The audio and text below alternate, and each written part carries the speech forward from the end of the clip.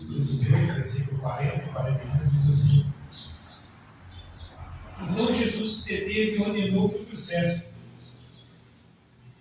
E aproximando-se dele, lhe perguntou, dizendo: Que desejas que eu te faça? O que queres que eu te faça? Algumas pessoas aí. E ele disse: Senhor meu, que eu recupere a vista. Então Jesus lhe disse: Receba a vista. Receba a vista. Então Jesus lhe disse: Receba a vista. Tua fé te curou.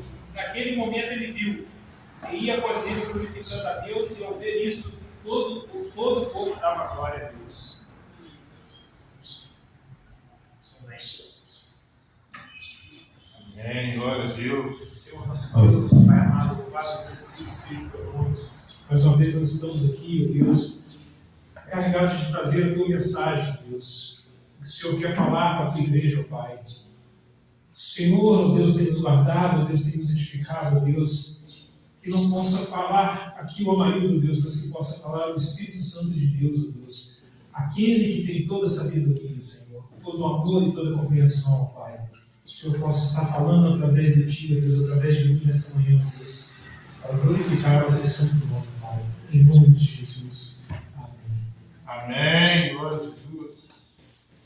Esses poucos versículos que nós lemos aí, Jesus se aproxima de um cego e faz a pergunta mais óbvia do mundo quando você pergunta para uma pessoa que tem deficiência: o que tu queres que eu te faça? É bastante óbvio que o cego, sabendo da fama de Jesus e conhecendo Jesus, porque ele andava atrás dele, clamando: filho de Davi, tem misericórdia de mim, que ele quisesse ser curado. Jesus sabia disso, mas mesmo assim ele pergunta: o que tu queres que eu te faça? Parece desnecessário, parece uma pergunta desnecessária, porque Jesus já sabia o que o cego queria. E obviamente qualquer um que estivesse ali que conhecesse Jesus, que conhecia o que estava acontecendo na época, ia falar: ele quer ser curado. Não havia outro motivo para ele andar gritando por Jesus, atrás de Jesus nas ruas. E nessa manhã, a palavra que Deus colocou no meu coração é essa pergunta: o que nós queremos que Jesus faça por nós? O que nós queremos de Jesus? O que nós queremos que Ele faça por nós? Mas existe uma pergunta mais importante ainda e mais funda, que é: você sabe exatamente o que você quer que Jesus faça por você? Você sabe de fato o que você precisa de Jesus? É somente uma cura? É somente a libertação? Você sabe exatamente o que você precisa de Jesus? Em Efésios, capítulo 6, versículo 12, o apóstolo Paulo diz que a nossa luta não é contra a carne e o sangue, mas contra os principados, contra as potestades, contra os príncipes das trevas deste século, contra as hostes espirituais da maldade nas regiões celestiais. A nossa luta não é contra o nosso irmão, não é contra o nosso colega de trabalho, não é contra a nossa família, não é contra os nossos políticos. A nossa luta são contra as hostes espirituais da maldade. Nós temos hoje em dia dificuldade de entender isso. Que esse mundo que nós vivemos, que tudo que nós fazemos opera para o mundo espiritual, e tudo que opera no mundo espiritual reflete na nossa vida material. Você pode abrir a sua Bíblia de novo no livro de Lucas, capítulo 13, um pouquinho mais para trás aí.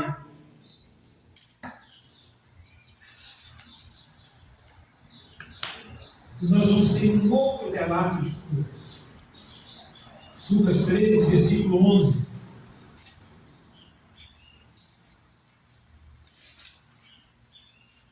A mulher que os médicos nunca curariam.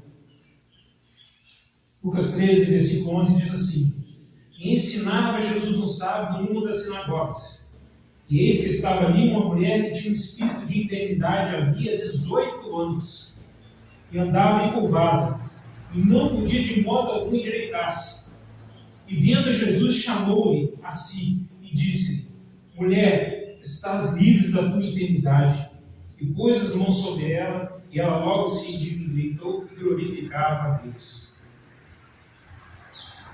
Essa mulher, como cego, ela sofria de uma enfermidade. Só que lá no texto do cego diz que o cego era cego de nascença.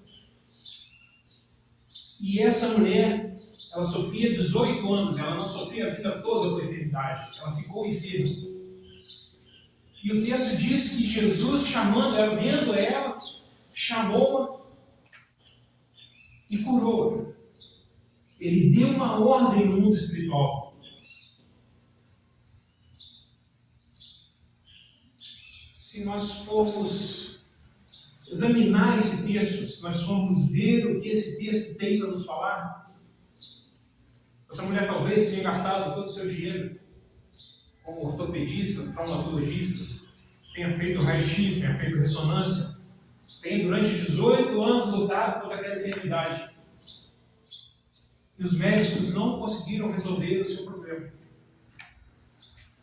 Porque, quando Jesus disse que havia um espírito de enfermidade. A enfermidade não era uma coisa, na vida daquela mulher, não era uma coisa natural. Era um espírito que estava perturbando. Se pôs sobre a coluna dela, deixava-a encurvada e ela sofria com aquilo durante 18 anos. Não que os médicos tenham sido incompetentes em curar, é porque isso já estava fora da alçada deles. Mas não estava fora da alçada daquele que comanda o mundo espiritual. Jesus Cristo. Jesus identificou de longe aquele problema. Provavelmente ele viu aquele espírito que perturbava aquela mulher, que deixava ela naquela situação encurvada. E ali Jesus deu uma ordem. No mundo espiritual, que aquele espírito saísse dali. E ali aquela mulher foi curada. Hoje em dia nós temos o triste retrato da igreja hoje, dos cristãos, dos crentes, que é 8 ou 80. Ou é tudo espiritual ou é tudo natural. Não existe o bom senso nem o meio termo. O que eu estou falando aqui não significa que toda doença é de origem espiritual. Mas também não significa que algumas doenças não sejam espirituais. Jesus curou aqueles que tinham problema desde nascença. E os discípulos perguntaram, por que esse aí ficou cego? Quem pecou, ele ou seu pai? E ele disse, não, ninguém pecou. Ele nasceu cego porque para que a glória de Deus possa se manifestar nele. O retrato daquele homem era que ele ficaria cego até o dia em que encontrasse Jesus. E Jesus lhe daria visão de novo. Ele foi escolhido por Deus para que a glória de Deus fosse manifesta nele. Essa mulher, no entanto, ela sofreu com uma doença que foi imposta a ela. Não naturalmente. Não porque ela tomou um tombo, não porque ela caiu, não porque ela ficou numa posição muito tempo. Mas segundo o relato bíblico, porque o Espírito estava sobre ela.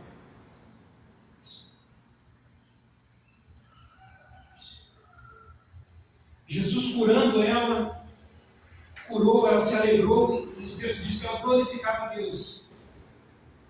E logo em seguida o texto fala sobre o líder da sinagoga. O teólogo. Aqueles que acham que dominam, que sabem o que Deus pensa. Os engomadinhos da teologia. Aquele que disse, não, você curou ela no sábado, você tem a semana inteira para curar ela, você curou ela no sábado. E ficou indignado. O texto relata que o líder da sinagoga ficou indignado com Jesus. Mesmo vendo aquela mulher que ele conhecia, que estava lá durante 18 anos, andando encurvada, com dificuldade para fazer as coisas, o líder da religião daquele tempo ficou indignado porque a mulher foi curada no sábado. Jesus prontamente responde ele, e chama ele de hipócrita. Hipócrita. Você não solta o seu boi para beber água para comer no sábado? Aí eu não posso curar no sábado. Não é a vida dessa mulher mais importante do que o boi, do que a sua cabra, do que o seu capeta? E hoje, os chefes da sinagoga, os grandes chefes, eles tratam os membros do mesmo jeito. Eles querem criar caminhos, eles querem esquematizar tudo. Hoje, se uma pessoa é curada de um jeito, aí sempre aparece um para falar, não, mas isso aí não é de Deus, porque Deus não faz assim. Na minha igreja eu aprendi que Deus faz assim. Então tem que ser assim. Não. A pessoa batizou, ela não pode. Ela não é de Deus. Isso tudo é um processo. Meu irmão, Deus é Deus. Ele Aleluia. todas as coisas. Um dia tudo estava escuro e ele disse: haja luz e houve luz. Glória a Deus. Um dia não tinha nada. Ele disse que se forma uma porção de terra seca sobre as águas. E se formou o planeta Terra. Um dia ele disse: eu vou fazer os luminares. E ele fez estrelas no céu. E nós estudamos teologia, estuda 4 anos, 3 anos, 5 anos, e achamos que podemos conhecer Deus. Que podemos saber como Deus resolve as coisas. Deus trata cada um de cada maneira. Nós somos pessoas individuais e Deus nos trata individualmente. A minha conversão é diferente da sua. O meu encontro com Jesus foi diferente do seu. E não nos cabe aqui julgar como as pessoas se converteram, como elas foram curadas. Nos cabe nos alegrar como aquela mulher se alegrou quando ela foi curada. Uma pessoa aceita Jesus e muda de vida e as pessoas ficam julgando ela. Mas ele era assim, assado, que não sei o que lá e tal, mas em tão pouco tempo ele fez isso. Mudou tudo. Não me cabe saber como Deus operou na vida daquela pessoa, mas me cabe me alegrar, porque Deus tirou uma vida do império das trevas. Glória a Deus. Houve salvação, e a Bíblia fala, é muito clara, que quando uma alma se converte, há festa no céu, os anjos se alegram. Mas nós, às vezes, nos perturbamos, porque talvez aquela pessoa é aquela pessoa que nos incomodava. Talvez aquela pessoa era uma pessoa que nós não tínhamos afeição. E nós julgamos. Não que seja errado julgar, mas o próprio Jesus disse: julgai pela reta doutrina, julgai pela reta justiça. Nós não somos Deus. Nós somos filhos de Deus. Amém. E não nos resta, não nos cabe dificultar as escolhas de Deus ou querer contender com Deus pelas escolhas que Ele fez para a vida dos outros. A nossa missão é acatar e obedecer o que o Pai deseja. E a cura daquela mulher era melhor, era maior do que a guarda do sábado. A vida daquela mulher era mais importante do que a guarda do sábado. E Jesus a curou. Tirou aquele espírito que estava sobre ela. Ainda aí na sua Bíblia, no livro de Marcos, capítulo 9. Uma outra cura. Um menino que ninguém conseguia libertar. Marcos 9, 17 e 18 diz assim: Mestre, trouxe-te o meu filho, que tem um espírito mudo e surdo, e este onde quer que eu o apanhe, despedaça, e ele espuma, arranja os dentes e vai definhando. E eu disse ao teu discípulo que expulsasse, e não puderam expulsá-lo. Esse menino do relato, ele tinha tudo. Mudez, surdez. Ele se jogava no fogo, se jogava na água, segundo o pai dele.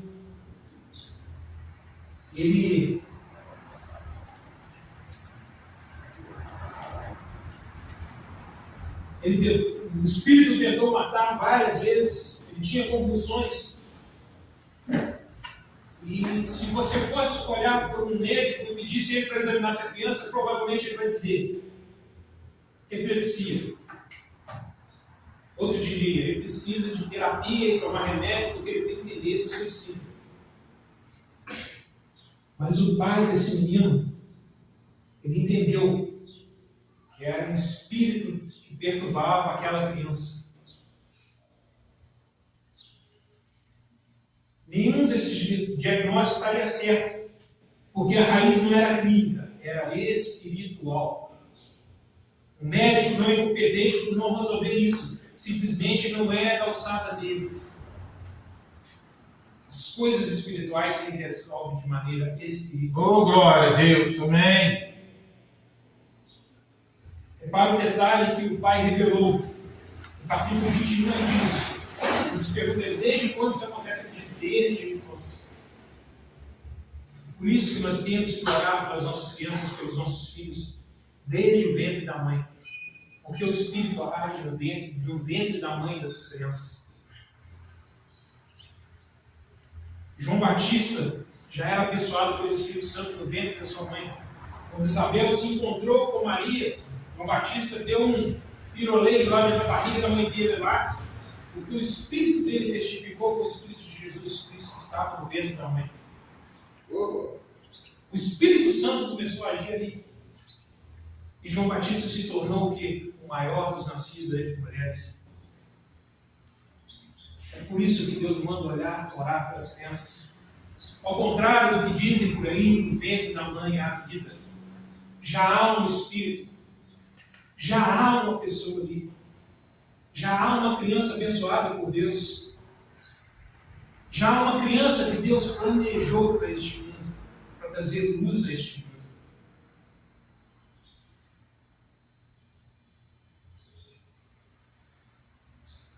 Oh, glória a Deus. E o diabo ele é covarde. Ele começa cedo. Quando a criança ainda não tem discernimento para resistir. Por isso que a Escritura fala para nós orarmos pelas crianças. E quando os discípulos eles perguntaram para Jesus por que não conseguiram expulsar aquele espírito, Jesus respondeu: essa casta com coisa nenhuma se pode tirar, senão com oração e jejum. Há categorias de opressão espiritual que não servem a formas especiais, superficiais. Exigem consagração, jejum e oração perseverante. Se existe uma receita bíblica para a libertação, é exatamente isso que o inimigo não quer que a igreja saiba e quer manter esse sigilo escondido. Eu vejo as pessoas hoje demonizando o jejum. O jejum é para aparecer. Não. Jejum o que é? Quando você se abstém de algo. Geralmente de alimento. Alimento traz o que para o ser humano? Se você não come, você morre. Alimento é vida. Quando você resolve olhar para Deus e falar com Ele: Senhor, hoje eu vou fazer um jejum. Eu vou me abster de alimento por tantas horas, ou dias, ou não sei quanto. Jesus ficou 40 dias em jejum. Para quê? Para ter comunhão plena com o Pai. O jejum é para isso. Você está mostrando para o mundo, mostrando no mundo espiritual que eu prefiro não comer, eu prefiro deixar o que me traz a vida para aquele que traz a vida eterna. Isso é o significado do jejum. Existem vários tipos de jejum, porque hoje as igrejas têm falado: vou fazer um jejum para me conquistar uma casa própria, para conquistar um carro, para a minha vida material. O jejum é para te aproximar de Deus. É para você largar o alimento deste mundo que te faz viver e receber o alimento divino, se alimentar. Glória a Deus. Glória a Deus. É para isso que serve o jejum, não é para outra coisa. É para perdão dos pecados. Esse é o objetivo do jejum. E a oração não precisa de dia, porque o próprio Jesus disse: vigiai e orai sem cessar. Não existe comunhão com Deus sem oração.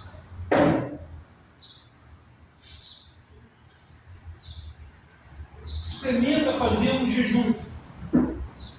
Sem pedir nada a Deus. Falar: Senhor, hoje é sábado, eu não estou trabalhando, hoje eu vou ficar em jejum a parte da manhã até 2 horas da tarde, não sei a hora que você quiser. E fala com Ele: Senhor, eu estou fazendo isso porque eu quero o Senhor na minha vida, eu quero mais de Ti. Experimenta. É impossível Deus não agir na sua vida através do jejum. Porque é isso que Ele quer de nós, que nós larguemos as coisas desse mundo e fiquemos com Ele. Glória a Deus. Não precisa ser jejum de comida. Experimenta fazer jejum de celular.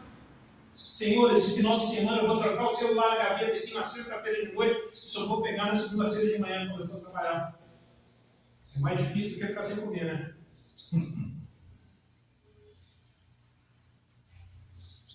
Porque no momento que você está com o celular, você não está lendo isso aqui e nem meditando com Deus. Se você largar o celular para ler isso aqui e meditar com Deus, você pode ter certeza que Ele vai te abençoar. Ele está vendo em você a atitude de querer ficar mais perto dele.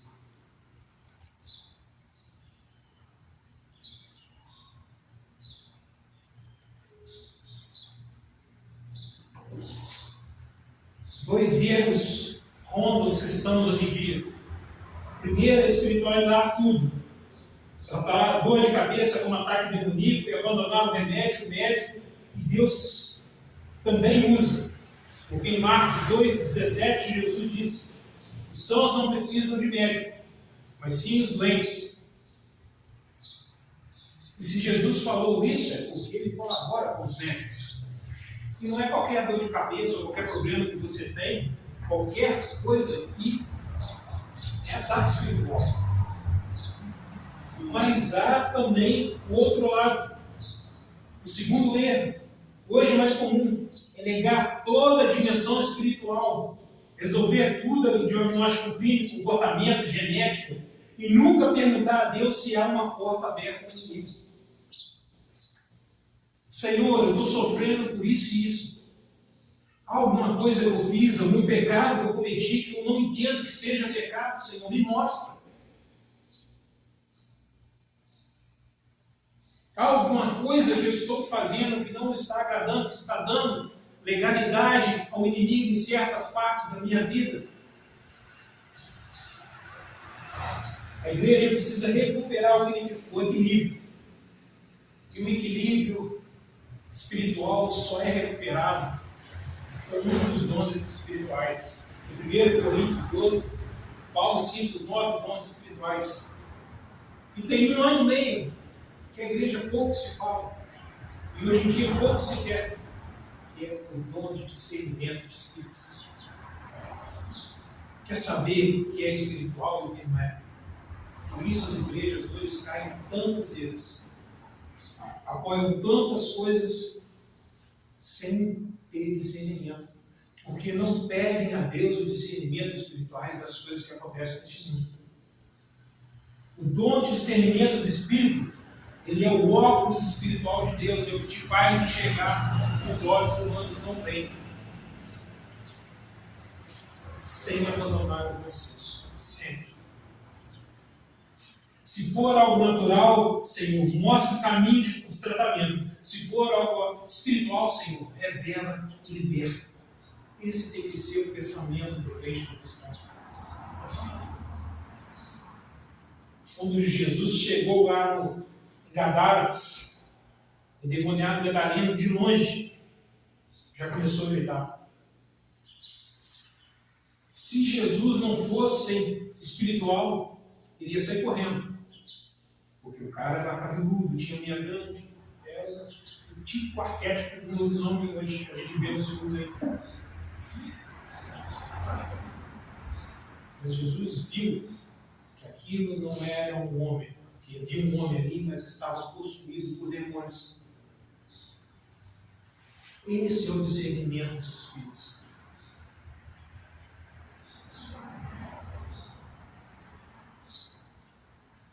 Em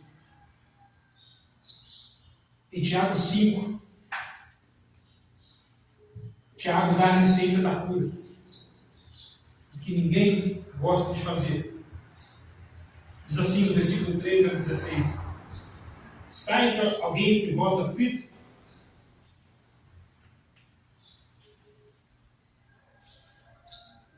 Está alguém entre vós aflito? Olhe. Está alguém contente? Cante louvores. Está alguém entre vós doente? Chame os presbíteros da igreja e orem sobre ele, ungindo com azeite em nome do Senhor. E a oração da fé salvará o doente. Aleluia! O Senhor o levantará. Amém. E se houver cometido pecados, lhe serão perdoados. Amém. Confessai as vossas culpas uns aos outros e ao Senhor, e orai uns pelos outros, para que sareis. A oração feita por um justo pode muito em seus efeitos. Graças. A gente ouve pregação, mas a gente só ouve esse final, né? A oração feita por um justo pode muito em seus efeitos. Os restos do versículo ninguém fala. Aqui está o elo da igreja moderna. Prefere ignorar. Doença, pecado e confissão. No mesmo texto bíblico. Lado a lado. No mesmo contexto. Em Salmo 32, abra sua Bíblia aí. Salmo 32, Salmo que nós lemos no começo, capítulo 2. Eu volto a dizer, não é que toda doença seja causada pelo pecado, mas a Escritura afirma sem modéstia que existe uma categoria de enfermidade cuja porta de entrada foi um pecado não confessado ao Senhor, e cuja porta de saída é a confissão dos nossos pecados a Deus. Salmo 32, amém? Amém. Versículo 1 diz assim: Feliz aquele cujas maldades Deus perdoa e cujos pecados Ele apaga. Feliz aquele que o Senhor Deus não acusa de fazer coisas más e que não age com falsidade. Enquanto eu calei o meu pecado, eu me cansava, chorando o dia inteiro. Versículo 4: De dia e de noite a sua mão pesava sobre mim, ó Deus, e as minhas forças se acabaram como um sereno que seca no calor do verão. Então eu te confessei o meu pecado e não escondi a minha maldade. Resolvi confessar tudo a ti, e tu perdoaste todos os meus pecados. Glória a Deus. Diz ainda: Por isso, nos momentos de angústia, todos os que são fiéis a ti devem orar. Assim, quando as grandes ondas de sofrimento vierem, não chegarão até eles. Amém. Tu és o meu esconderijo, tu me livras da aflição. Eu canto bem alto a tua salvação, pois me tens protegido. Versículo 8: O Senhor Deus me disse, o Senhor falou, eu lhe ensinarei o caminho por onde você deve ir, eu vou guiá-lo e orientá-lo. E agora o Senhor fala para nós de novo: não seja como o cavalo ou a mula, que precisam ser guiados com cabeça e rédeas para que obedeçam. Os maus sofrem muito, mas os que confiam em Deus, o Senhor, são protegidos pelo seu amor. Todos vocês que são corretos, alegrem-se e fiquem contentes por causa daquilo que o Senhor tem feito. Cantem de alegria todos vocês que são obedientes a Ele. Quem escreveu esse salmo foi Davi. Amém. Que a Bíblia descreve um homem segundo o coração de Deus. Por que Davi era um homem segundo o coração de Deus? Porque ele deixou de ser pecador? Não. Porque ele sabia que a única maneira de se livrar dos seus pecados era a confessão deles a Deus. Porque quando nós confessamos os nossos pecados, quando nós largamos Ele, Deus nos perdoa e nos dá uma nova vida. Quando nós largamos aquilo que nós fazemos de errado, Deus perdoa os nossos pecados. Mas tem que ter confissão. Deus quer ouvir da nossa boca. Assim como Ele quer ouvir, como Ele pergunta: o que quer que eu te faça? O que a palavra diz? O que a palavra de Deus diz, a Bíblia diz que as nossas palavras têm poder. Porque Jesus perguntou para o cego: o que quer que eu te faça? Porque a palavra dele curou. Eu quero ver, Senhor. A palavra do cego curou. Por que Jesus te pergunta nessa manhã o que quer que eu te faça? Porque eu quero ouvir da tua boca o que você quer da sua vida. O que você precisa dele. Davi entendeu isso. Davi sabia que ele era pecador, que ele ia cair de novo, que ele ia pecar de novo. Mas todos os dias ele levantava o clamor ao Senhor e pedia perdão pelos seus pecados. Esse é o homem segundo o coração de Deus. Esse é o ser humano segundo o coração de Deus. É chegar no final do dia, orar e falar assim: Senhor, sou pecador, Senhor. É reconhecer que sem Jesus, que sem Deus, nós não somos ninguém. E que nós dependemos dele, senão a morte vai nos levar. E eu não estou falando da morte carnal, porque todos passaremos por ela, mas a morte espiritual. Porque o salário da morte é o pecado, mas a vida é o dom gratuito de Deus. O que é salário? O salário do pecado é a morte. Falei errado. O salário do pecado é a morte, mas a vida é o dom gratuito de Deus. Por que a morte é o salário do pecado? É a paga por aquilo que nós cometemos. E todos nós somos pecadores, todos nós estamos destituídos da glória de Deus. Mas Deus deu Jesus a vida eterna, o dom gratuito. Mas para alcançar, você tem que confessar os seus pecados. Não é confessar para mim, pastor Márcio, nem para o padre, não. É confessar para o Senhor. É como Jesus disse que nós devemos orar, entrar no quarto, fechar a porta. Depois do silêncio, as palavras se darão. O Espírito Santo vai interceder por nós e vai falar com Deus. Senhor, eu sou pecador, eu fiz isso hoje, e eu sei que eu estou errado. Tem misericórdia de mim, Senhor. O Senhor vai perdoar os pecados. Porque Ele não pode renegar o pecador arrependido. Ele não renega aquele que entendeu a sua palavra e que sabe que o perdão vem depois da confissão.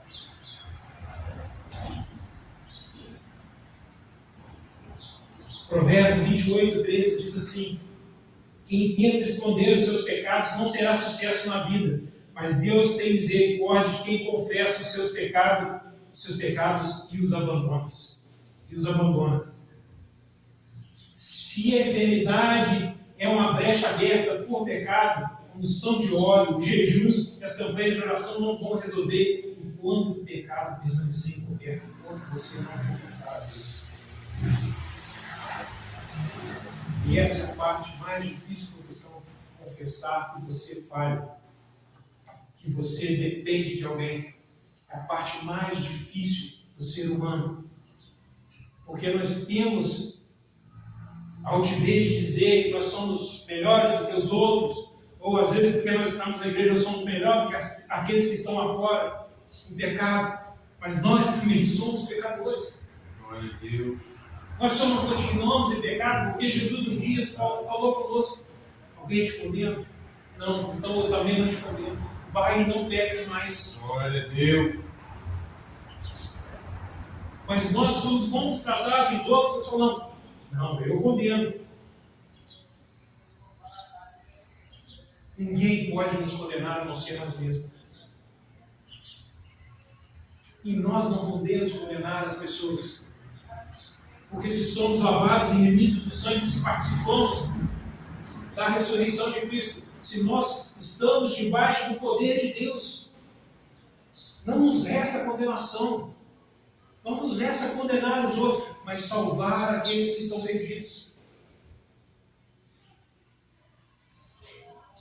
Alguns pecados, de forma especiais, dão vontade do inimigo sobre a nossa vida e sobre o nosso corpo. Imoralidade sexual, adultério, fornicação, vida fora do casamento, pornografia, erotismo em qualquer forma. Crimes graves e pecados que a própria consciência já reconhece como hediondos. Tudo isso nos afasta de Deus. Tudo isso nos deixa longe de Cristo. Porque Cristo não pode conviver com o pecado. Ele pode conviver com o pecador, mas ele não pode conviver com o nosso pecado. Eu já disse aqui numa outra pregação, ele tem ânsia. Ele passa mal perto do pecado. não perto do pecador, mas perto do pecado.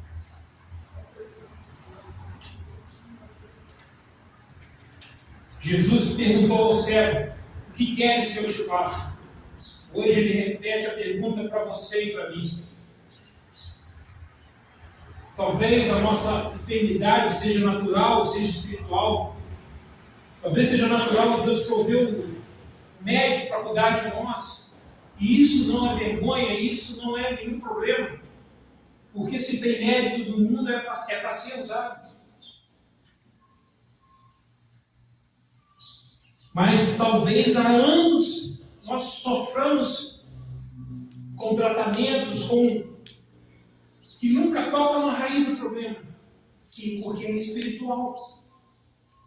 Porque nós deixamos Deus de lado, levamos Deus quando nós temos um problema sério, mas nos pequenos problemas da vida nós temos a tendência a querer resolver nós mesmos.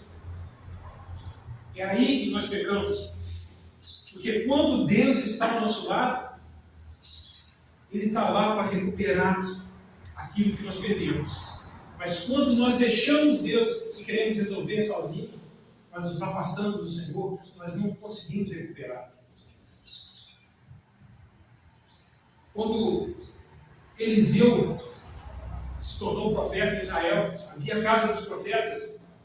E se você for ver o texto lá, eles queriam aumentar a casa e saíram para a floresta para poder cortar mais madeira. E Eliseu disse: não, eu não vou não. Mas um deles, dos profetas, disse: vem conosco, homem de Deus. Vem conosco. Porque a presença de Eliseu simbolizava a presença de Deus no meio deles. Porque ele era o grande profeta da época. E Eliseu prontamente falou assim: se vocês querem, então eu vou. E aquele homem ali, cortando as árvores ali para poder aumentar a casa, o machado dele caiu do lado. Só que Eliseu estava junto. E ele fez a lei da natureza. Ele corrompeu a lei da natureza. Porque Eliseu fez um machado de ferro flutuar na água. Agora você imagina se aquele homem que perdeu o machado não tivesse chamado Eliseu para poder vir com ele. Não tivesse insistido com Eliseu para vir com ele. Aquele machado teria se perdido. O texto fala que era um instrumento caro na época. E era emprestado. Ele pegou emprestado para poder trabalhar, para poder aumentar a casa dos profetas lá, a casa de Deus na época. Você está entendendo? É isso que nós temos que fazer. Insistir com Deus. Senhor, vem comigo. Vem para a minha vida comigo. Eu vou trabalhar hoje, mas eu só vou se o Senhor for comigo. Eu vou viajar, mas eu só vou se o Senhor for comigo. É a tua presença que vai fazer o martelo flutuar, que vai fazer vencer as leis da natureza.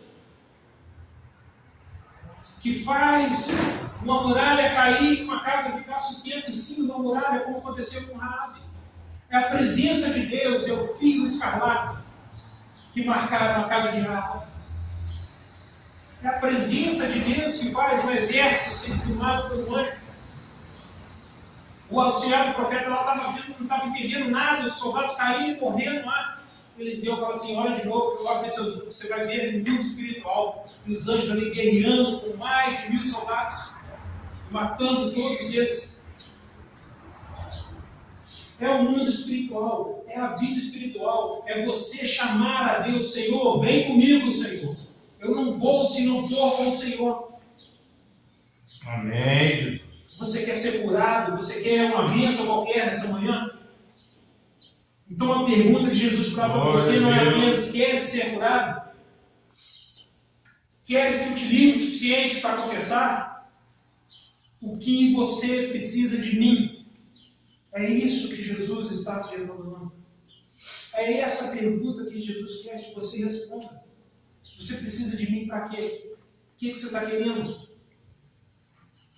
Eu vou com você, mas eu quero que você fale, porque a sua voz, ela é a ordem do mundo espiritual.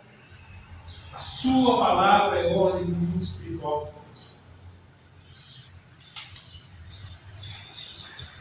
Quando começa, quando o segredo termina. Romanos 6:23 diz assim: porque o salário do pecado é a morte, mas o dom gratuito de Deus é a vida eterna por Jesus Cristo, nosso Senhor. Ainda em 1 João 1,19 diz: se confessarmos os nossos pecados, Ele é fiel e justo para nos perdoar os pecados e nos purificar de toda injustiça. Ainda Oséias 6,1 diz: voltemos e tornemos ao Senhor, porque Ele nos despedaçou, mas Ele nos sarará. Ele feriu e nos atará a ferida. Ele cuidará de nós. Amém. Ainda em Isaías 53,5: Ele foi ferido pelas nossas transgressões e moído pelas nossas iniquidades. O castigo que nos traz a paz estava sobre Ele, e pelas suas pisaduras nós fomos sarados. A cruz não era para Jesus, a cruz era para mim e para você. Nós estávamos condenados, mas Jesus morreu por nós naquela cruz. As nossas transgressões, os nossos pecados, se confessados, são lançados naquela cruz. E o nosso fardo, é esse que fala o versículo: venha a mim, vós que estáis cansados e oprimidos, e eu vos aliviarei, porque o meu fardo é leve, porque o seu fardo é meu agora. É isso que Jesus quis dizer. Ainda no Salmo 32, 1 diz: bem-aventurado aquele cuja transgressão é perdoada e cujo pecado é coberto. Isaías 43, 25: eu mesmo sou o que apago as suas transgressões por amor de mim, e dos teus pecados não me lembrarei mais. E para finalizar, 2 Crônicas 7,14 diz: se o meu povo, que se chama pelo meu nome, se humilhar, orar e buscar a minha face e se converter dos seus maus caminhos, então eu ouvirei os céus, eu os ouvirei dos céus, e perdoarei os seus pecados e sararei a sua terra. Glória a Deus. Se humilhar, se orar, se buscar a minha face e se converter dos seus maus caminhos,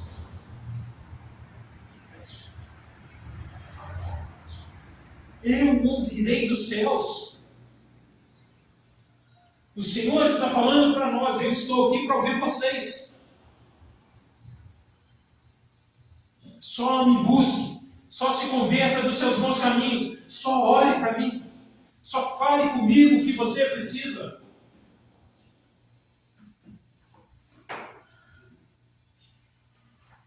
Quando nós abrimos o nosso coração, o que nós precisamos de Jesus, não sendo coisa desse mundo, porque o próprio Jesus disse: não ajunteis tesouros nessa terra, onde a traça corrói, mas ajunteis tesouros no céu.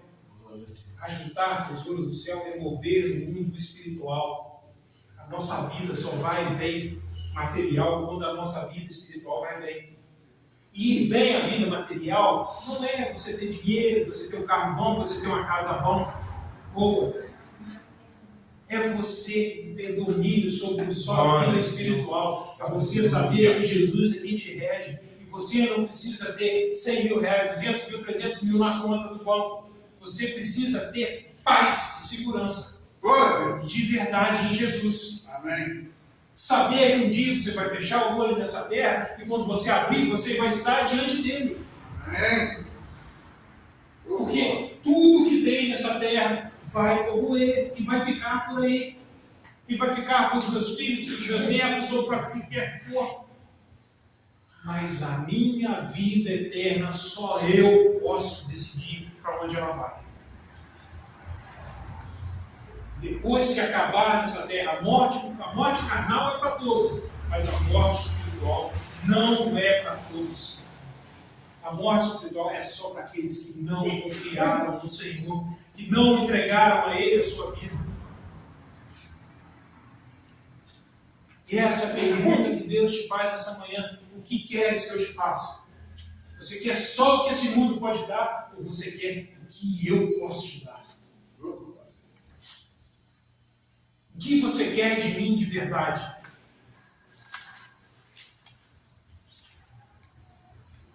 Você quer mudar? Você quer confessar os seus pecados? Confessar a Deus o que você faz de errado? E receber o pleno perdão? Glória a Deus. O alívio da alma, do coração? Porque as pessoas hoje andam tão perturbadas. Por quê? Porque são pecadores como nós, mas que não confessam ao Senhor, que não entendem, que precisam de Jesus. É isso que falta ao mundo hoje. Nós podemos ter todas as coisas, pessoas que têm milhões, são bilionários, têm trilionários, têm tudo nesse mundo.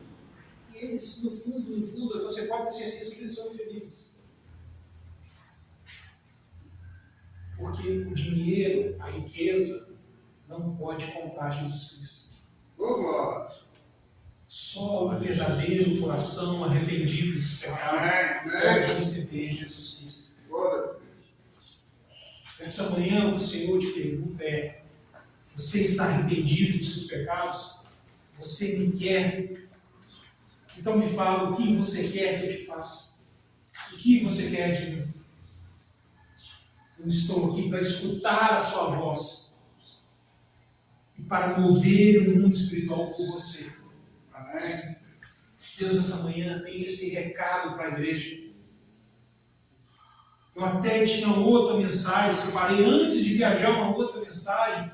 A gente já deixa alguns textos lá, às vezes você está fazendo uma mensagem lá e você vê o texto fazendo uma coisa diferente da outra mensagem. Você deixa aqueles esbocinhos prontos lá. Eu já tinha uma coisa pronta, mas Deus mudou a mensagem. Glória.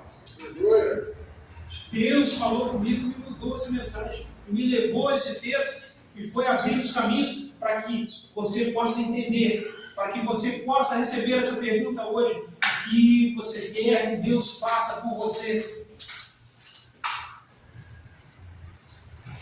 O que você quer de mim? Pense nisso. E se alguma coisa que eu falei aqui te deixou às vezes chocado, ou então te deixou triste porque você tem algum pecado, alguma coisa, não é nada. É só o Espírito Santo tocando no seu coração de que você precisa confessar os seus pecados a Deus, de que você precisa largar as velas práticas. Ou se por acaso você cometeu alguma coisa e acha que não foi perdoado ainda, você já foi perdoado pelo Senhor se você o confessou. O diabo vem lá na nossa mente lá atrás trazer coisas do passado e achar que nós não somos para fazer. Nós pensarmos que nós não somos dignos. Mas se você entregou sua vida a Deus, se você confessou os seus pecados, se você mudou de vida, se você largou o seu pecado, você é digno sim. Amém. Você é digno pela misericórdia. Não porque você merece, mas pelo dom gratuito de Deus. Oh, glória a Deus. Você é digno de viver com Ele. Você é digno de estar com Ele. Você é digno de se aproximar dEle, de chamar Ele de Pai. Você é digno de ter a sua vida mudada. E de anunciar aos quatro ventos deste mundo que Jesus muda a vida das pessoas. Que Jesus tira o peso da vida das pessoas. Que o fardo fica leve com Jesus Cristo. Que o Senhor possa te abençoar nessa manhã. Oh, glória a Deus. Aleluia. Glória a Deus. Glória a Deus. Glória a Jesus. Oh, glória a Deus. Nesta manhã, podemos estar aqui e podemos ainda ouvir a voz de Deus. Essa manhã, meu irmão, minha irmã, alegre-te no Senhor, porque Ele tem falado conosco. Porque em muitos lugares o Senhor já não tem falado mais, e a gente tem falado isso aqui por muitas vezes em nossas mensagens. Nós estamos aí vendo o fardo que Jesus pediu para ser trocado, sendo cada vez mais absorvido pela chamada igreja, igreja física, igreja denominacional, que são os fatos da religiosidade.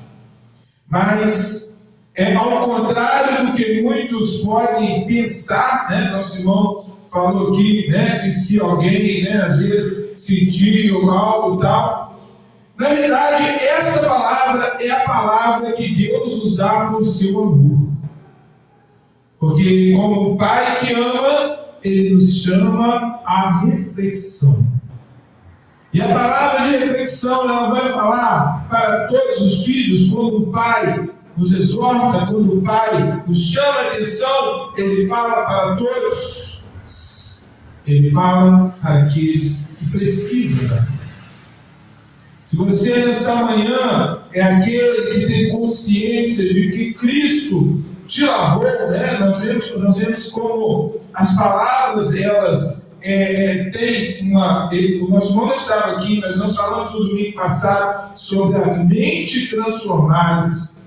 Uma mente transformada que substitui o fardo da religiosidade. E nós vimos aqui. Pela graça de Deus, o Senhor tirou o fardo da humanidade. Mas é para aquele que realmente passou pelo que o nosso irmão disse aqui. O Senhor, Ele fez um concerto conosco. A palavra fala de uma nova aliança. É a aliança que eu e você vivemos hoje. E a palavra, e a Bíblia, ela é a palavra de Deus. Nosso irmão trouxe aqui versículos do Novo e do Velho Testamento, coisa que nós hoje já temos dificuldade também de ver nas pregações, porque alguns pregam só no Velho Testamento, trazendo um fardo sobre as pessoas, na religiosidade. Outros pregam só no Novo Testamento, para que as pessoas tenham uma ideia, porque eles têm e provocam as pessoas a uma ideia diferente do que é a verdadeira graça de Deus. Mas a graça de Deus é aquilo que nos confronta, que nos mostra: eu nasci de novo, eu realmente entreguei ao Senhor a minha vida, eu troquei o meu fardo como Jesus convidou. Isso é confessar os seus pecados. Quando você chega diante de Cristo e você reconhece que você não pode, não deu até hoje, não dá para você, né? E uma frase aqui que eu guardei, que o nosso irmão falou, que é um peso muito grande: ninguém pode nos condenar a não ser nós mesmos. E é essa palavra. Essa palavra, para quem ainda carrega o peso da culpa, o peso dos fardos, nessa manhã o Senhor nos convida a, de uma vez por todas, reconhecermos os nossos pecados diante do Cristo que nos purificou de uma vez por todas pelo sangue de Cristo. Como nós encerramos nossa mensagem aqui, na manhã do domingo passado, quando nós reconhecemos pelo sangue de Cristo, pelo corpo de Cristo, que nós participamos para reconhecer que todo o pecado foi lavado. Mas para isso tem que haver remissão dos pecados. E só Jesus. Quando o nosso irmão começa com a pergunta que deve nortear nossa semana. Se você ainda não tem certeza, irmão, tudo que nós pregamos aqui tem que ser levado para a vida após o fechamento dessa porta. Você sabe o que quer de Jesus. Avalie, continua com essa pergunta. Faça perguntas dentro do seu coração para você mesmo. E diante de tudo que foi falado, reconheça se você realmente se lavou no sangue de Cristo. Se você realmente se purificou no sangue de Cristo. Jesus fez, né, meu irmão? Está feito. Está consumado. Mas Ele não fez para qualquer um. Não é a pregação, não é a palavra universal, não é a salvação universal. É para quem reconheceu. É para quem trocou o fardo. É para quem vive uma nova vida. Para quem realmente quer deixar de andar sob o peso do pecado, a martíria, a gente tem falado aqui, que é errar o alvo. Quem quer deixar de ser pecador, vai crer nessa palavra, para ele viver aqui, na nova aliança. O irmão resumiu com duas palavras que simbolizam, que resumem a nova aliança. Primeiro, dos seus pecados não me lembrarei mais. Isso aí o retorno que Deus te dá quando você reconhece a nova aliança, quando você recebe Jesus. Se você se lavou, confessou, reconheceu, trocou o fardo, Jesus não lembra mais dos seus pecados. Amém. Mas, para isso, né? Então, primeiro, como o nosso irmão lembrou aqui que nós sempre falamos, primeiro, ele falou, eu te perdoo. Eu te perdoo. Mas, não pegues mais. O que ele continuou? Humilhar, buscar a minha face e converter. E eu ouvirei. Então, ele começou com a pergunta, se você sabe o que realmente você quer de Jesus. E terminou resumindo quem é Jesus. Ele é esse, ele é a resposta desse versículo. Né? Humilhar não é como o Velho Testamento fazia, ali buscando a presença, buscando, e ali, com sua cara no chão, chorando e tal. É buscar e se humilhar diante do próprio Jesus. Converter, que nós falamos aqui, que é converter, é a metanoia, a mudança de mente para o próprio Jesus. Bom, maravilha essa palavra essa manhã, que Deus abençoe, né? Como nós falávamos aqui, né, irmão? Nosso irmão Reinaldo, a gente conversava um pouquinho no final do culto passado, nossos cultos, graças a Deus, né? Cada irmão aqui tem sido um professor aqui com a palavra de Deus, para que nós possamos ser instruídos para toda boa obra. Que Deus continue abençoando grandemente a vida de vocês, né? Que tem que trazer mensagem, nós temos que trazer mensagem, de vocês que têm nos dado a oportunidade de poder trazer e que nós possamos absorver essa palavra. Amém? Graças a Deus. Nesse momento, né, convidar nossos jovens, fiéis, formosos, né? Me quer que mais um rap aí? E fortes, como disse nosso diácono contrário, fortes, fiéis e formosos, né? Para louvar o Senhor. Enquanto louvamos ao Senhor, né? Nós trazemos a nossa oferta de amor. O culto não acabou, não mudou, né? E agora não é mesmo, faz parte do culto. Para quê? Para você que nessa manhã quer demonstrar, né? Nessa manhã quer demonstrar sua gratidão, sua generosidade e o seu amor. Né? Você pode trazer sua oferta de amor, o seu dízimo aqui. Nada disso é uma doutrina da comunidade cristã Formosa. É dom, é generosidade. Como Abraão, né, que não tinha ninguém que mandou ele dar o dízimo, ele foi lá. Como a palavra de Deus fala, e aí é quanto que você, como diz Paulo, cada um contribui segundo propôs no seu coração, não por tristeza, mas com alegria, porque Deus ama quem dá com alegria. E essa comunidade, ela se alegra quando nós temos esse recurso, para nós podermos provisionar aí para essa obra, aquilo que o Senhor tem proposto em nossos corações, para nós continuarmos com palavras verdadeiras e que edificam. Né? Palavras essas que, graças a Deus, tem alcançado, né? Nada, nós temos compartilhado aí essas mensagens em nossas redes, tem alcançado aí aproximadamente 150, 200 pessoas, fora aquelas, né, que têm se reunido aqui. Então isso é bom. Nós estamos aí para pregar o Evangelho, para falar do Evangelho. Quem vai converter, quem vai entregar a ele com o Senhor. Ide e pregai o Evangelho. Tudo que nós temos feito não é em vão. Você faz parte, né, dessa obra. Amém? Logo em seguida, nosso irmão vai estar orando, né, encerrando este culto, orando, né, esse aniversário que a gente tem esse mês, né, só a nossa irmã Edvânia, como lembrou nosso irmão Renato, né, faz parte, tem contribuído conosco, tem estado conosco em oração, né, como acredito nos propósitos da nossa comunidade.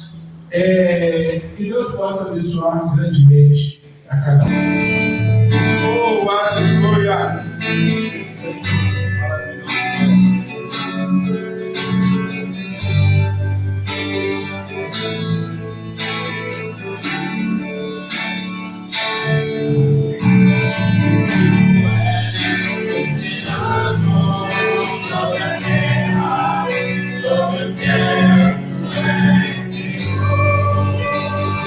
Ah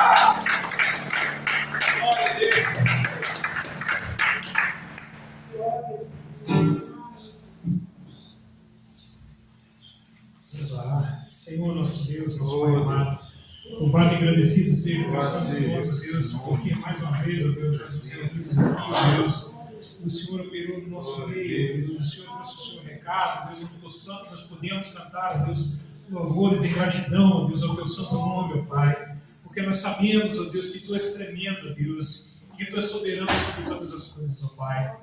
Oh, Pai amado, nessa manhã, ó Deus, eu te peço, ó Deus, multiplica os dízimos e as ofertas, ó Deus, para que não possa faltar mantimento na tua casa, aqui nesse lugar onde nós nos reunimos, ó Pai. Nós sabemos, ó Deus, que somos poucos, ó Deus, mas nós vemos a tua mão agir nesse lugar, ó Pai.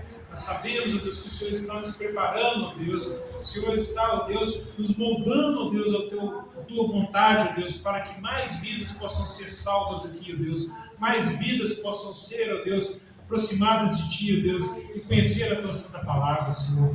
Fica conosco essa semana, ó Deus. Abençoa, ó Deus, aqueles que não vieram, Pai, aqueles que por algum motivo ou outro, Deus, aqueles que estão enfermos, ó Deus, vai ministrando a cura, ó Deus, seja ela, ó Deus, material ou espiritual, ó Deus, que o Senhor esteja, Deus, ministrando, ó Deus. Nós acreditamos, ó Deus, que o Senhor é o Deus que cura, ó Pai, que cura as feridas, ó Deus, que cura doenças, Senhor Jesus Cristo, que cura, ó Deus, a vida material das pessoas, ó Deus, mas também, ó Deus, principalmente, que cura o material e traz salvação, ó Pai. Fica conosco, Deus, no resto deste domingo, ó Deus. Fica no nosso meio, Senhor. Nos despede-nos, ó Deus, nos leve em casa, para casa tranquilamente, ó Deus, que nós possamos passar o domingo abençoado, Deus, cheios da tua graça e do teu poder, nós pedimos em nome de Jesus. Amém. Amém. Glória a Deus.